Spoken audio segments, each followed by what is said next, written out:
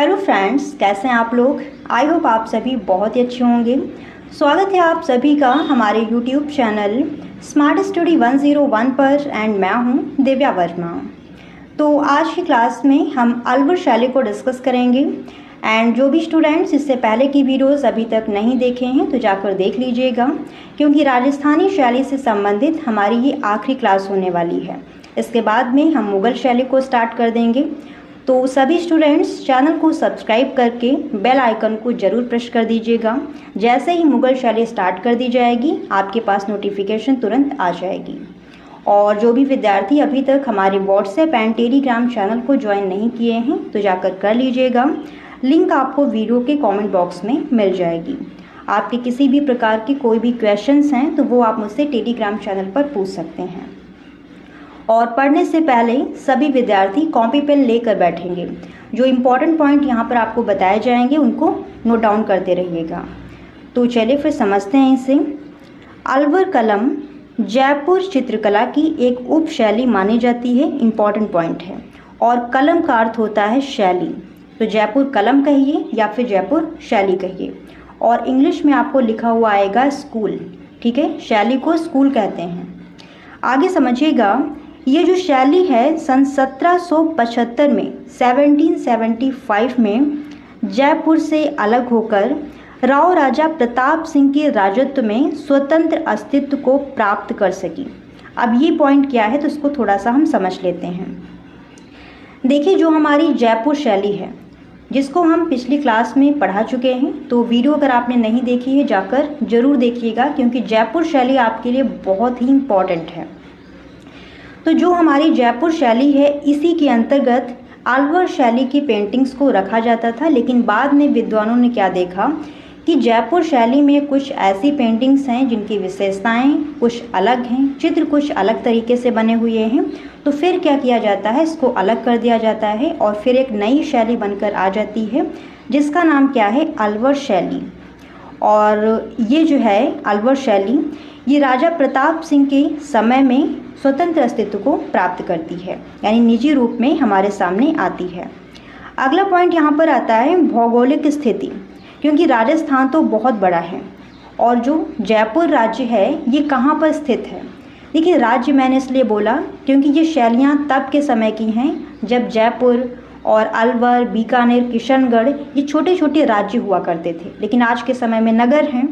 तो इसकी भौगोलिक स्थिति को समझ लेते हैं कि जो अलवर नगर है ये कहाँ पर स्थित है। तो अलवर नगर दिल्ली जयपुर रेल मार्ग पर स्थित है, यानी दिल्ली से जयपुर जाने का जो रास्ता है, जो रेल मार्ग है, उसी पर अलवर नगर स्थित है। और ये उत्तर में हरियाणा, पूर्व में भरतपुर व पश्चिम दक्षिण में जयपुर नगर की सीमाओं से घिरा हुआ है। तो ये इसकी स्थिति हो गई, भौगोलिक स्थिति। और यहाँ से हमारा जो इम्पोर्टेंट पॉइंट है वो स्टार्ट होता है कला संरक्षण, यानी कि अलवर शैली को किन राजाओं ने संरक्षण दिया है। और ध्यान रखिएगा फ्रेंड्स, यहाँ पर हम उन्हीं राजाओं का ब्यौरा पढ़ेंगे जिन्होंने कला में कुछ काम करवाया है, बाकी को नहीं, क्योंकि हम कला पढ़ रहे हैं, इतिहास नहीं। अगर आप इतिहास में जाएंगे तो वहाँ पर जो भी राजा हुए हैं सबका ब्यौरा आपको पढ़ाया जाता है, लेकिन यहाँ पर हम कला पढ़ रहे हैं। तो जिन राजाओं ने कला में कुछ भी काम करवाया है तो उनको यहाँ पर हम डिटेल से पढ़ने वाले हैं। अब समझिएगा, यहाँ पर जो राव राजा प्रताप सिंह हैं इन्होंने अपनी वीरता, राजनीतिज्ञता से अलवर राज्य की स्थापना की। तो राजा प्रताप सिंह ने अलवर राज्य की स्थापना की और 1770 में राजगढ़ को अपनी राजधानी बनाया। फिर क्या होता है, 1775 में जो इनकी राजधानी थी राजगढ़, उसको हटाकर कहाँ पर बना लिया जाता है, अलवर। तो पहले राजधानी ये राजगढ़ बनाते हैं, उसके बाद में अलवर ट्रांसफ़र कर देते हैं। और इस समय जो दिल्ली साम्राज्य है उसका पतन हो रहा था, यानी कि जो मुग़ल शासक हैं वो धीरे धीरे उनका पतन हो रहा था।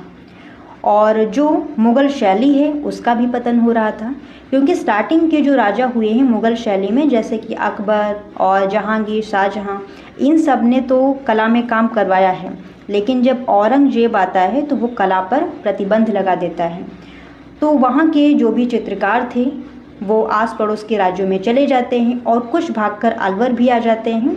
तो आगे समझिएगा, अतः अनेक भागे हुए मुगलिया कलाकार, यानी जो मुगल शैली के कलाकार थे, तो जो मुगलिया कलाकार थे, जो कारीगर थे, सबसे पहले अलवर में आ बसे और पहले चल रही जयपुरी शैली से प्रभावित कलम को एक अलग रूप में विकसित किया।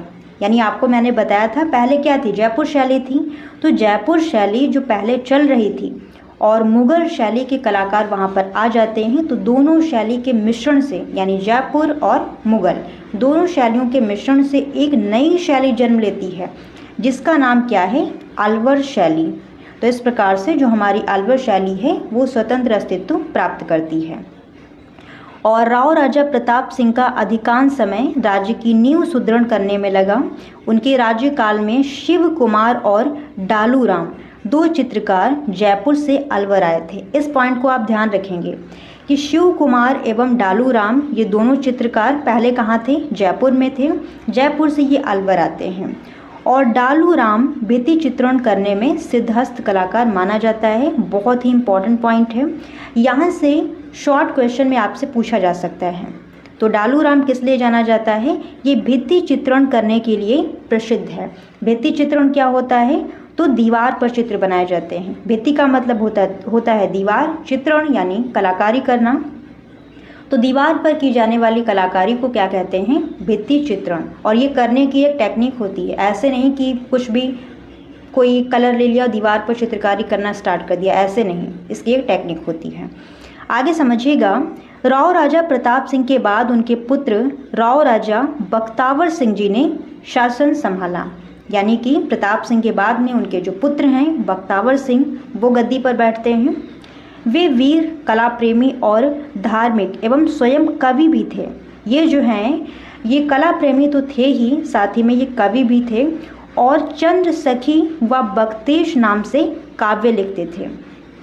अब यहाँ से आपसे क्वेश्चन पूछा जा सकता है कि राव राजा जो बख्तावर सिंह हैं, इन्होंने कौन से काव्य लिखे हैं, तो चंद्र सखी और बख्तेश तथा दान लीला उनका प्रमुख ग्रंथ था। और जो दान लीला ग्रंथ है ये भी इन्होंने लिखा है। शीश महल वाले भित्ति चित्रों में जैसे कि कृष्ण लीला और नर्तकी इत्यादि का निर्माण इन्हीं के समय पर हुआ है। शीश महल यानी कि इनके समय में एक शीश महल था जिसमें बहुत सारे चित्र अलग अलग राजाओं के टाइम पीरियड पे बने हैं, लेकिन कृष्ण लीला और नर्तकी वाले जो चित्र हैं वो बख्तावर सिंह के समय में कहाँ पर बने हैं, शीश महल में। इस पॉइंट को ध्यान रखेंगे। और बलदेव, डालू राम, सालगा, सालिग्राम ये उनके राज्य के प्रमुख चित्रकार थे। यानी ये जो चित्रकार हैं बलदेव, सालिग्राम, सालगा और डालू राम, ये किसके समय के चित्रकार हैं, तो राव राजा बख्तावर सिंह के समय के। फिर आगे समझिएगा, अगला पॉइंट आता है, राव राजा बख्तावर सिंह के बाद में उनके जो भतीजे हैं विनय सिंह, जिनका टाइम पीरियड है 1815 से 1857 ईस्वी, इन्हें इतिहास में बन्ने सिंह के नाम से जाना जाता है। जो विनय सिंह हैं इनको इतिहास में बन्ने सिंह के नाम से भी जानते हैं। तो दोनों पॉइंट्स आप ध्यान रखेंगे, एक ही राजा हैं और ये गद्दी पर बैठते हैं। उनके शासन का विरोध बलवंत सिंह ने किया। मतलब जो विनय सिंह हैं ये गद्दी पर बैठते हैं, लेकिन बलवंत सिंह इनका विरोध करते हैं, इसलिए तिजारा की जागीर उन्हें दे दी जाती है। बलवंत सिंह को तिजारा की जागीर दे दी जाती है।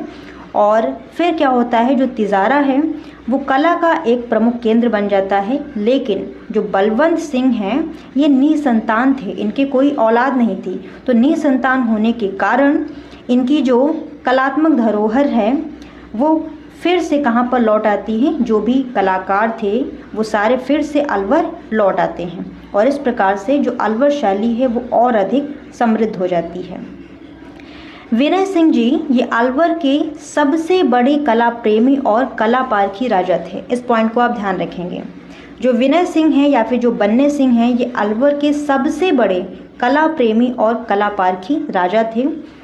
उस समय दिल्ली की जो मुग़ल सत्ता है वो कमज़ोर हो रही थी। ये पॉइंट आपको पहले भी बताया था कि मुग़ल शैली के जो कलाकार हैं वो भागकर कहाँ आ रहे थे, अलवर आ रहे थे। तो इसलिए मुग़ल ख़ानदान से जुड़े कलाकार अपनी कला धरोहर को लेकर तिजारा और अलवर आने लगे। इससे अलवर चित्रकला और अधिक समृद्ध और विकसित हुई। यानी जो मुग़ल शैली के कलाकार थे वो अपनी पेंटिंग्स को लेकर कहाँ पर आने लगे, तिज़ारा आने लगे और अलवर आने लगे। तो इस प्रकार से क्या होता है, जो हमारी अलवर शैली है वो और अधिक समृद्ध हो जाती है। फिर अगला पॉइंट यहाँ पर है, महाराजा विनय सिंह और महाराजा बलवंत सिंह कला पारखी तो थे ही, उन्होंने मुगलों के शाही खजाने की अमूल्य वस्तुओं को उचित मूल्य पर खरीदकर राज्य के कला संग्रह को वैभवशाली बनाया।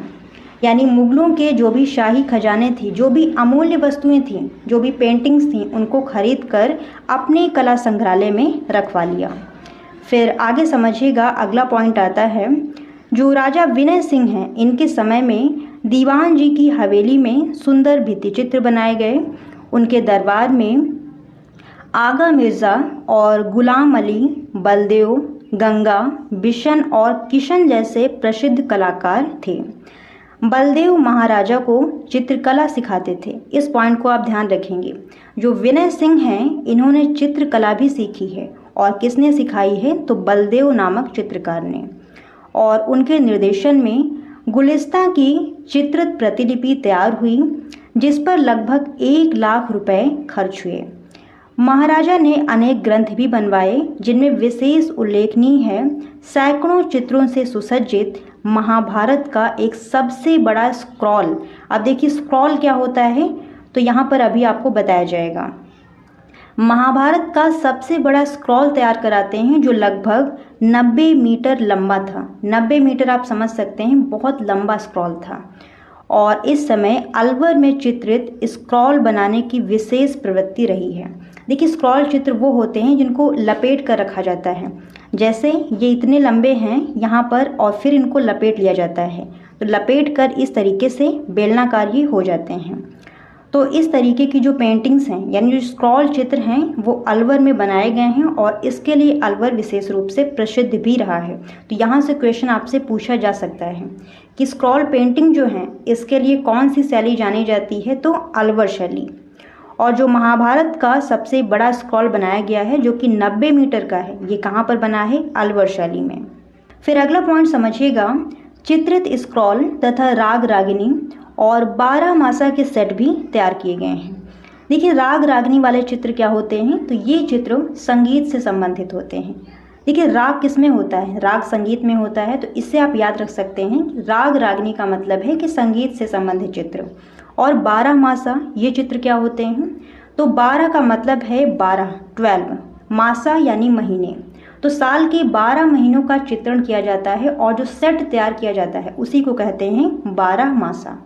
आगे समझिएगा, यहाँ पर अगला पॉइंट है कि शीश महल में राधा कृष्ण और शिव पार्वती के चित्रों पर कंपनी शैली की छाया प्रकाश पद्धति का प्रभाव दिखाई देने लगता है। देखिए इससे पहले जो कंपनी शैली भारत में नहीं थी, लेकिन जब कंपनी शैली भारत में आती है तो उसका जो प्रभाव है छाया प्रकाश का, वो यहाँ के चित्रों पर दिखाई देने लगता है। फिर अगला पॉइंट आता है, राजा विनय सिंह के उपरांत राजा बनते हैं शिवदान सिंह, और इनके समय में कंपनी शैली का प्रभाव और अधिक बढ़ जाता है, और फोटोग्राफी के कारण चित्रकला को क्षति पहुंचती है।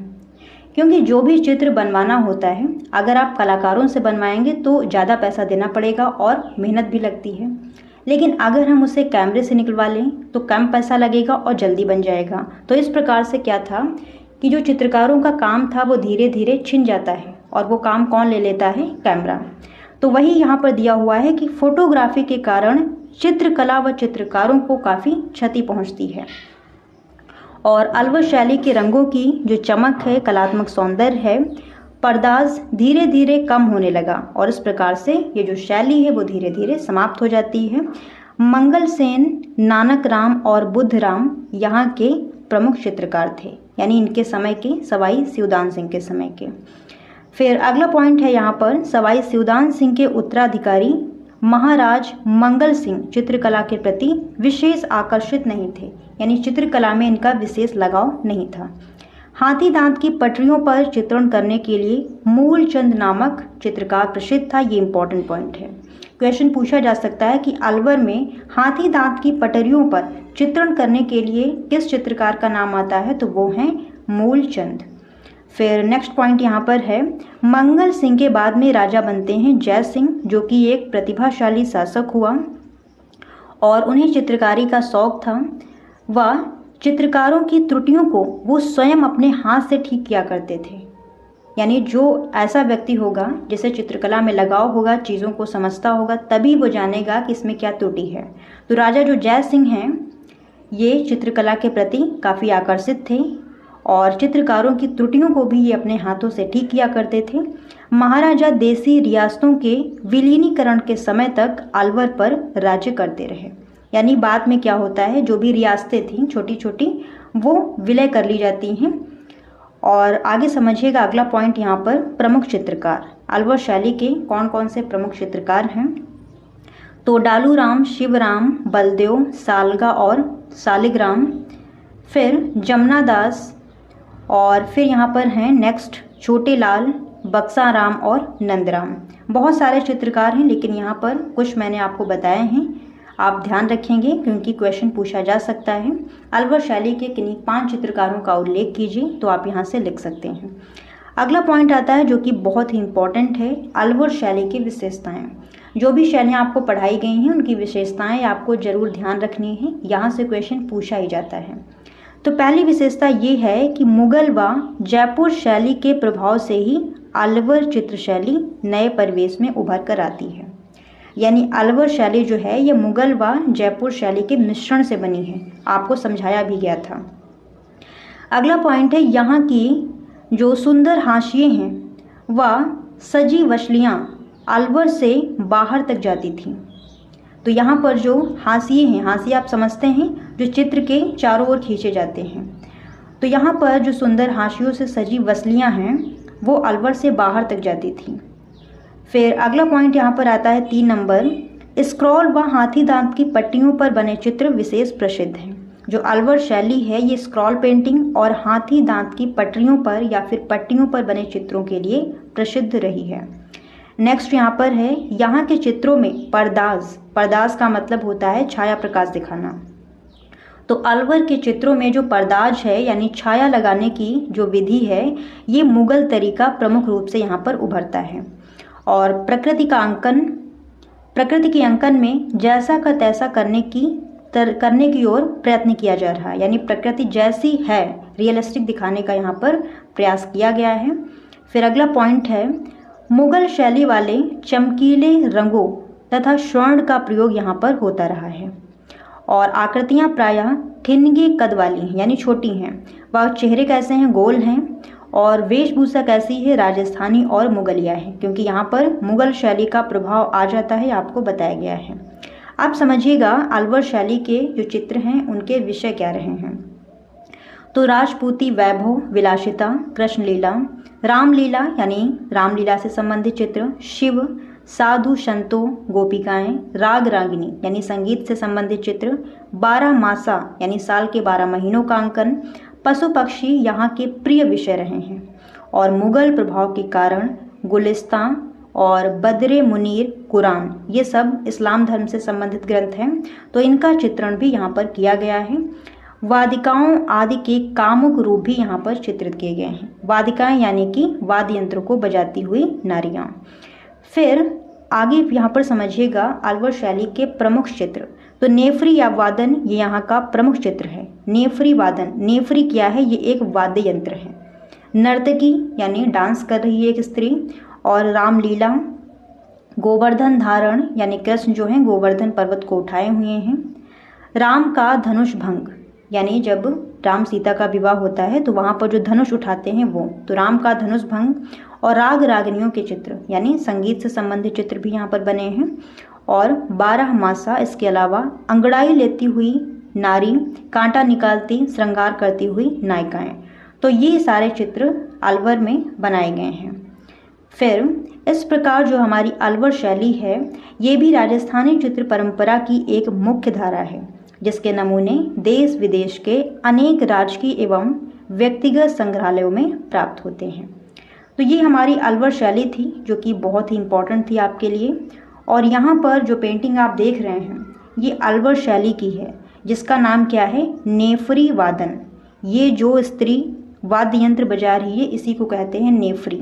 ठीक है, तो ये नेफ्री वादन चित्र हो गया और इसी के साथ हमारी अलवर शैली समाप्त होती है। तब तक के लिए साथियों वीडियो को लाइक शेयर जरूर कीजिएगा एंड चैनल पर नए हों तो सब्सक्राइब कर लीजिएगा। मिलते हैं दोस्तों अगली वीडियो में, तब तक के लिए धन्यवाद साथियों, जय हिंद।